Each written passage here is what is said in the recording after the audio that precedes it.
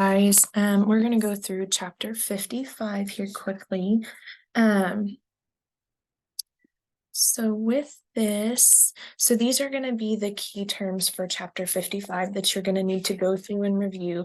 Be sure that whenever you're looking at these, that you guys are easily able to identify the terms along with what they are correlated to. So these are going to be on pages 1195 and 1196 in your IGGY book. So whenever we're thinking about like nutritional assessments, we need to fully consider all components associated with that nutrition assessment. So we need to look at their nutrition history, their food and fluid intake. We need to make sure that they have appropriate access to any nutritional resources, their lab data, if any is available, especially for comparative studies. We want to look at that before they started having issues and now that they're presenting with issues. Do they have any like food or drug interactions? Again, whenever we think about lactose intolerance, vegan diets, things like that we're commonly seeing, we need to keep that in mind as well. We're also going to look at their past health history and physical assessment. So what components to their health history could be prevalent? So, as we will discuss on Monday, we have to think about what underlying comorbidities this patient has. Do they have a history of cancer? Do they have a history of Crohn's disease, celiac disease, things like that could impair nutrient absorption? We need to look at their psychosocial assessment. Patients that are depressed are more likely to become anorexic from not wanting to eat. So all of that needs to be considered whenever we're doing these nutritional assessments on patients. So when should this be done? So oftentimes in inpatient, this is performed within the first 24 hours of the patient's hospitalization admission. So we're going to look at that full nutritional assessment. We're going to look at any patient risks at home. Oftentimes that initial screening is going to be their height, weight history, any usual eating habits that they have, their ability to chew and swallow, and also any changes in their appetite or food intake. So definitely keep those in mind. And so whenever we're thinking about patients and doing these assessments, so oftentimes the nutritional assessment, we ourselves are going to ask some of these baseline nutritional histories. We also, if we have the concern of deficiencies or malnutrition, we need to bring in that dietitian as well as PT to see what's going on. What other factors are we looking at for this patient?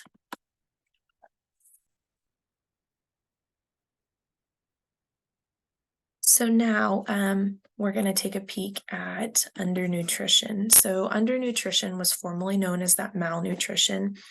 So we're going to look at the different components to that protein energy undernutrition. So marasmus, so that's going to be a calorie malnutrition in which the body fat and protein are wasted. We see that those serum proteins are often preserved.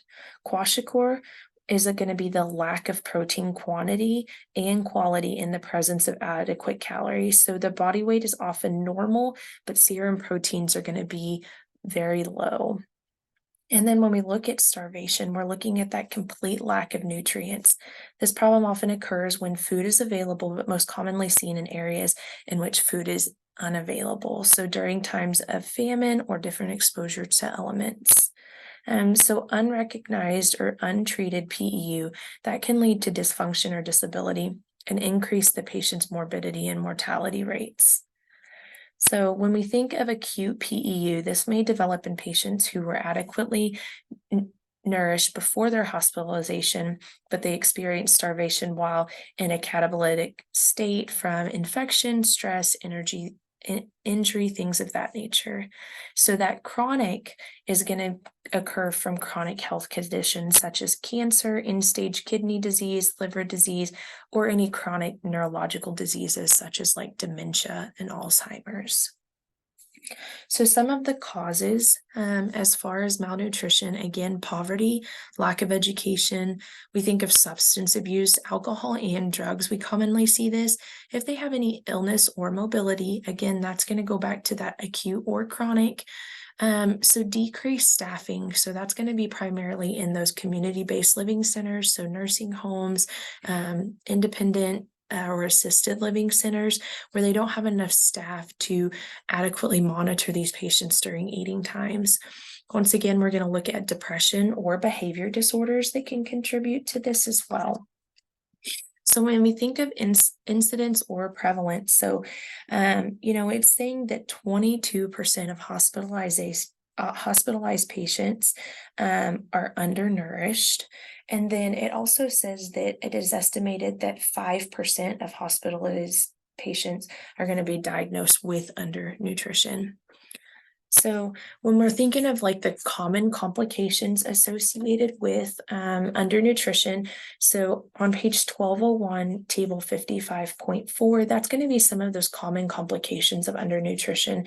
As you look through that table, you guys are going to see that there are lots of impacts to our other organ systems as far as undernutrition. So here again, we're going to look at that history side of it. So we need to ask about underlying diseases, any surgeries, drug or alcohol use, any unintentional weight loss, weight gain since all of this has started. We also may need to ask about vision, dental, constipation, medications, ability to perform their ADLs, and any cultural assessments that may impact their dietary consumption. When we're doing our assessment side of it, we're going to look at that anthropometric measurements. That's going to be on page 1198. So with that, that is going to be looking at their height, weight, BMI. These are usually done right at admission. Preferably when we do the daily weights on these patients, we want it before breakfast time so that way, those patients are at their stasis level as far as like fluid and electrolyte balance. With the height and weight side of it, that is something as nurses that we can delegate to our CNAs, our med techs, our assistive personnels. They just have to be sure to report that directly back to us so that we can document it and be available to monitor any trends or changes with that. Then, with the assessment side, once again, skin, hair, nails, muscles, we need to look at any mouth pain. Also, on table 55.5 on page 1202, there's a great signs and symptoms that go along by system of these nutrient deficiencies. So be sure to take a look at that so that way you guys can kind of start putting that picture together as the signs and symptoms that these patients may be reporting along with what nutrients they may be deficient in. So whenever we're looking at labs, we definitely want to see that hemoglobin hematocrit. We need to look at that big picture. Is this patient anemic? Is that why we're having some issues? That albumin level and protein levels, those directly correlate to that patient's intake and consumption. So when we see low albumin levels, that means that patient is not consuming adequate levels of nutrition, especially protein. Oftentimes in these patients, we're going to see a decrease in their cholesterol level, as well as like their immune function. We can look at different thyroxine levels as well as transferrin or the iron level when evaluating these patients. So how do we improve nutrition? So oftentimes we need to ask, what do they like? What do they not like? Because if you don't like a food that's in front of you, you're probably not going to eat it. There's very, very low chances of that. We also need to go towards really high calorie, nutrient rich foods. Boost, Ensure, those type of supplement shakes are great for patients. They're easy to access. And then there's not a lot of prep work involved with those either. So we want to encourage these patients for small, frequent meals. We want them to kind of eat them usually about 6 times a day rather than trying to indulge 3 times a day. That usually seems more manageable, especially if they are undernourished or at that anorexia level.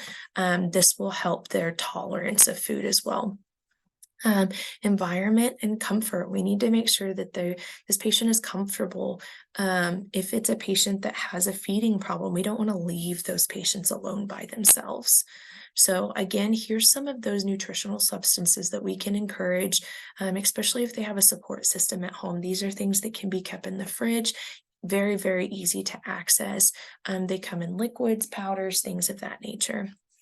And then also, drug therapy, making sure that they are taking a multivitamin that has iron and zinc. When we think of iron consumption, we do have to worry about the constipation side of it. So, oftentimes, if they're taking a multivitamin with iron, it's usually recommended that they take a stool softener to help combat some of that constipation or stool retention. And then also zinc, because they do have low immune system levels. We want them to take zinc just to kind of bolster their immune system. These patients, depending on the level and what's going on, what's causing this undernutrition, then we're looking at like TPN or TEN infusions to assist these patients. So TEN, so what is that? That is going to be that total enteral nutrition. So with tube feedings, these are often for patients that cannot eat or maintain nutrition with oral foods alone. So we think like elderly cancer patients. We also think like permanent neuromuscular impairment and cannot swallow. So stroke, trauma, muscular sclerosis, different disorders of that nature. And then also no impairment, but can't eat because of their conditions. So with like GI surgery, sepsis, intubated patients, things of that nature, we have to consider that. So with TEN nutrition, there's a lot of ethical debates surrounding that. There's a table on 1204. It's a purple table kind of on that lower right-hand side. Take a look at that. Because, when we think of patients and their hydration status, we need to always look for advanced directives. If that patient has a advanced directive that states whether or not they want to receive artificial nutrition and hydration if certain conditions exist. That goes the comfort versus beneficial.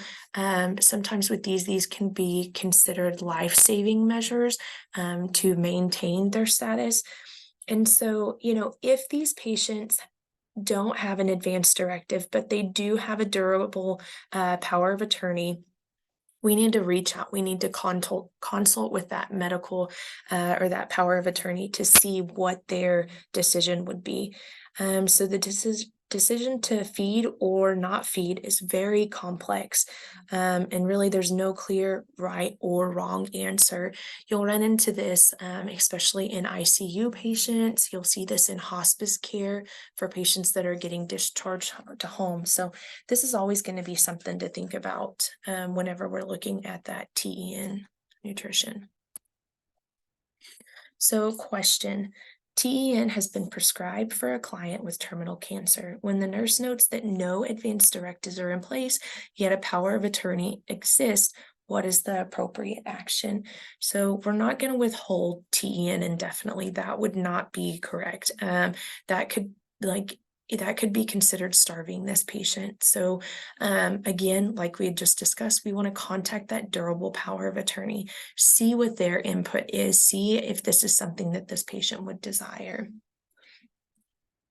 Also, we need to, as far as like beginning administration of TEN immediately, again, this is not something they have a terminal cancer diagnosis. This may not be something that the patient nor the family desire to pursue. So we would not want to make that decision independently. And then turning over the care to the interprofessional ethics committee, that also would not be appropriate. We can't just turn over care to that. Now, sometimes if this is a very gray area, sometimes these cases will then be taken to the ethical review board in like special sessions. But for this case, if there is no advance directive, we see a power of attorney, then we're going to contact them. So whenever we think of different methods of administration, there is on figure 55.4, page 1205, there's an image that's going to show you the different types of tubes that we can use. So the NG tube, which is going to be what you guys are most familiar with, or that duodenal NDT. So these are oftentimes going to be for short term, so usually less than 4 weeks. We can do fluids, we can do feedings, we can do all of that through these, as well as medications. We do need to assess these every time before we do a feed. And if we are doing a feed, we need to make sure before we do our assessment, if they have suction hooked up, that we're turning off that suction prior to assessing bowel sounds, just because it can give us artificial noise, make us think that bowel sounds are happening if they're not really present. Interostomal. So these are going to be those longer term feedings. These are going to be placed by a surgeon directly into the GI tract. So we're going to think of that gastrostomy tube, that PEG tube, or that PEG J tube. You also have that duodenostomy, which is going to bypass that stomach. These are going to be other forms of feed that we can do as well. That's what it's going to show you on that figure on page 1205. So what type of feedings can we do? So we have bolus feedings. Those are going to be intermittent feedings, usually every 4 to 6 hours. We can do that by manual bag through gravity, or we can do that in an infusion. Continuous, that is like that IV therapy, that TPN therapy that we're going to discuss. Those are going to be the per pump and set rate. So oftentimes the provider and dietitian will work along nursing staff and we'll figure out a plan that works best for these patients. So cyclic feedings, those are going to be during downtimes or 6 hours or longer, in which we're going to do that. And then also those free water feeding. So that's just going to help to bolus those patients, give them a little bit of extra fluid. It also helps to kind of neutralize any extra like stomach acid, any contents, anything of that nature that may be in there. So as far as tube maintenance, there are some great resources in your book. There's 2 red boxes on page 1206. Those are excellent resources as far as like understanding what to do with different things or complications that can happen. So if ordered, we're going to use a soft flexible tube that is the smallest bore to achieve the task at hand. We're going to always make sure that the tube patency and placement is checked by x-ray. This is the most reliable method. Again, you guys will see some old school nurses that will blow air in there and hear and wait for that. We don't want to do that, because think of if it is down in the lungs and that patient is fluid overloaded, it may mimic the same sounds that we would hear from the GI tract. So x-ray is the most reliable method. So we're going to assess those tubes for any infection. We're going to rotate that tube and check for, so any like give in that. If that tube cannot be moved or is totally fixed, we need to notify the physician. We need to check and record any residual volumes every 4 to 6 hours. Now, this is going to be large amounts of residual that we have. So we're going to do that by aspirating that contents in the syringe, as we talked last semester and the beginning of this semester in lab. We may need to slow down the feedings or hold one of the feedings if the residual is too high. So if it is too high, oftentimes they'll have orders that direct you exactly what to do. If there are not orders, then contact your physician and discuss having those orders placed. So we also need to check that feeding pump for accurate infusion and rate/function. So especially at shift change, we always want to do this at shift change, but just because if that nurse had that set and you're just taking their word for it, we want to make sure that there are no issues. We're going to check that feeding bag and tubing every 24 hours. We need to label that bag with time, date, and initials. That tells them when it was hung, who did it. So if somebody behind you fails to complete this task, then you are covered. That is kind of on them. But the same thing follows for you. If you're not following protocol as far as changing tube feedings and things like that, the other nurse's initials are on it, then there might be some concern. So for continuous feedings, only add 4 hours worth of feeding to prevent any bacterial growth. We always need to wear clean gloves when changing the bag or adding to the feeding, as well as giving any bolus feedings. Again, this is going directly into that GI tract. We don't want to introduce any bacteria. Hand washing and gloves are going to be the best option for that. Um, if we do have any open cans, we always need to make sure that we keep those refrigerated and we discard those after 24 hours of being open. So if there is an open container, make sure that you're time dating all of that so that they know when to discard. When we're feeding, we're going to keep the head of the bed above 30 degrees. That's to help prevent that aspiration. We're going to hold those feedings while bathing and turning those patients, just because turning them can make them a little bit nauseous. That change in gastric pressures can also make a difference. These patients are at very high risk for fluid and electrolyte problems, so we always want to monitor labs with these patients, especially if we're doing feedings. We need to see what those feedings are doing. So the BUN creatinine levels for kidney functions, what do their electrolytes look like, their hemoglobin, hematocrit levels, their prealbumin protein levels, as well as their glucose. So with these are again ultra concentrated feedings that we're doing. Sometimes these patients' glucose levels can get really high. We may need to do some supplemental insulin to bring that back down to normal.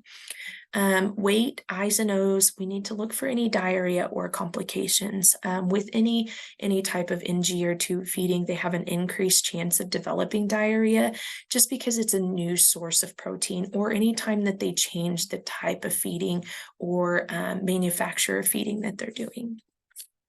So as far as the practice guidelines, again, that's going to be on 1206. So if we have clogged tubing, so this is going to be one of the most common complications that we see with that. It's very frustrating for family members the first time. So if you are discharging a patient with one of these tubes, we need to discuss with them how to manage a clogged tube. So initially, we're going to flush this tube with 20 to 30 mils of water.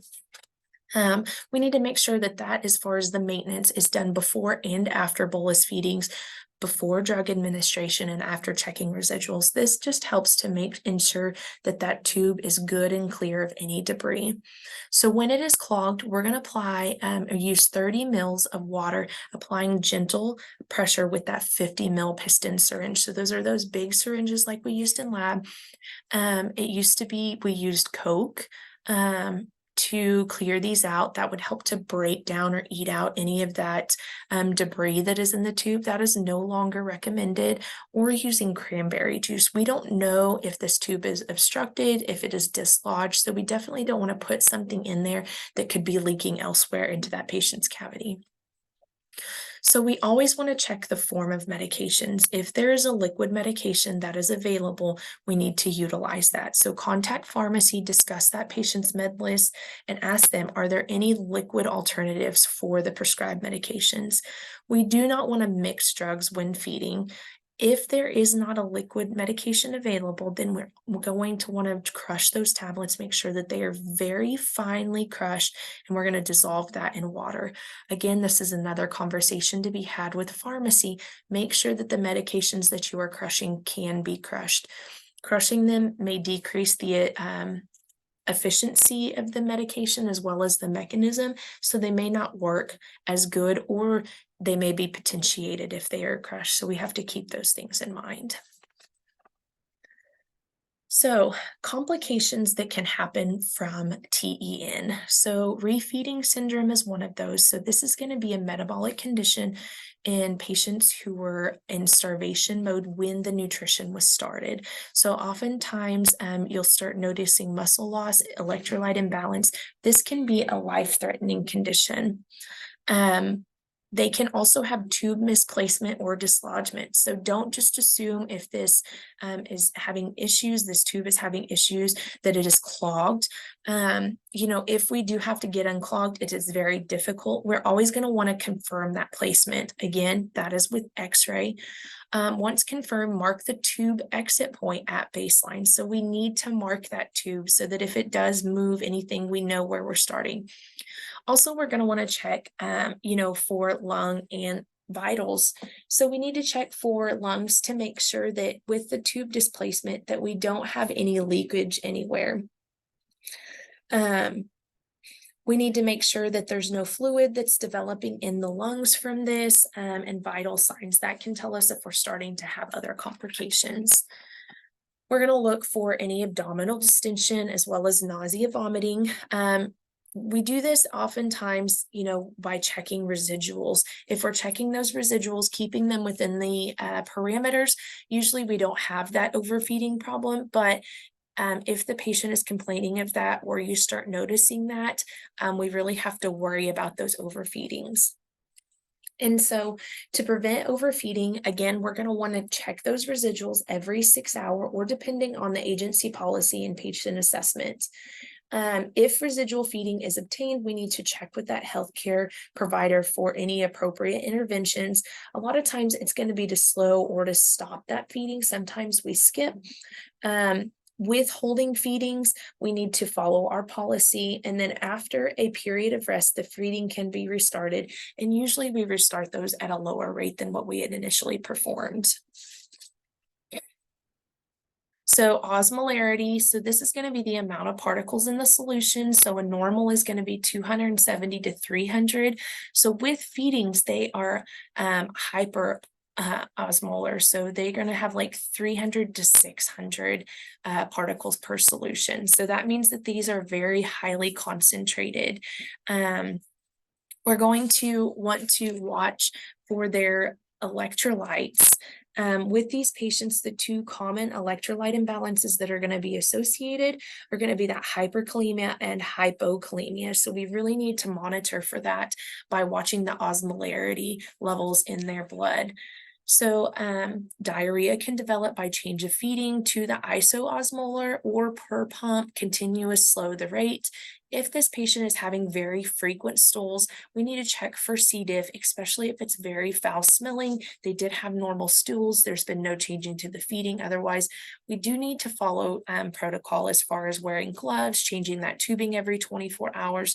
And we also need to review that medication list. What are some of the signs and symptoms or complications that can arise from these medications? That could be causing the diarrhea to develop as well. So fluid overload, we need to watch, if they're having too many feedings, too often, too fast. That's why we need to listen for those lung sounds. We're going to start getting some of that pulmonary edema developing if these patients are fluid overloaded, checking for edema. Again, those morning weights, vital signs in that INO to monitor what's going on with these patients. All right, parenteral nutrition. So that is going to be nutrition that is given via a PICC line or peripheral vein. Usually these are short term. So we do have to watch for the two types, knowing what type we are giving. So they have isotonic, which are those IV fat lipid emulsions, or they have that amino acid dextrose solution. So these are going to be more hypertonic, usually 300 to 900 osmolarity on these patients. It is important to remember that with all TPN, we must have an inline filter. That makes sure that all of the fluid, all of the nutrition that we are giving these patients, that we're not inserting molecules that are too high with debris, anything like that. Because again, with these PICC lines, we're going straight into that vasculature. These are going from the vasculature and then getting absorbed otherwise. So we don't want to put any particles or anything in there that could harm them. So we need to monitor for complications. So any fevers need to be notified. The physician needs to be notified. Clotting problems, we have to watch their triglyceride levels as well as their glucose levels. If they get too high, they can start having fatty embolism problems, and that could lead to multi-system organ failure in these patients. So with TPN, these are always given through a central access line, PICC or central lines. They, again, are super hypertonic. There's tons and tons of glucose in them. So we have to understand if this patient is not diabetic, we may have to give supplemental insulin. If they are diabetic, we may have to readjust their levels, give them higher levels of insulin because their pancreas is not going to supply that. So these are going to be intended for longer term nutrition. Um, we also, again, still fluid and electrolyte imbalances, those same checks. We are going to do regular glucose checks, whether that's through labs, finger sticks, to make sure that we're not in a state that could cause like diabetic ketoacidosis in these patients. For the maintenance side of it, we're going to check that IV pump. We're going to check if a solution is unavailable. It's time for that feeding. Then we may look at substituting like a 10% dextrose solution. We have to watch those lab trends, I's and O's, watch that finger stick. So usually these are done every 4 to 6 hours. We need to watch that IV site or that central line site, making sure that we have no concerns as far as infection, change that dressing regularly. We need to change that bag and tubing every 24 hours to prevent any potential infections developing. On page 1208, there's a red box up at that top part. It's a great box that kind of goes through that care and maintenance of TPN. And then with this, we have an older client that tells the nurse that he does not have an appetite. His wife states that he refuses to eat the foods that she cooks. What instructions will the nurse provide for that client and wife? So we have to think like placing a fork in his hand and leaving the room, probably not appropriate. We want to see what that patient is doing. And as long as you drink fluids, you do not need food. That is not true. So our client's nutritional status depends on foods and fluids to thrive. Leaving the client to eat by himself does not encourage any nutritional intake. A lot of times these patients will start just falling asleep at the table. We want to provide those dietary choices based on preference. So, what do they like? What do they not like? Eating together, spending time during meals, and ensuring to allow adequate time for meals. So, don't make them feel rushed. And then also providing those nutritional supplements to enhance their nutritional status. So, the boost, ensure, things like that throughout the day can be extremely beneficial. Okay, so that is all that I've got. Be sure to review any key concepts for this. We're looking primarily at that fluid and electrolyte balance as well as nutrition. So please reach out if you do have any questions or concerns regarding this material.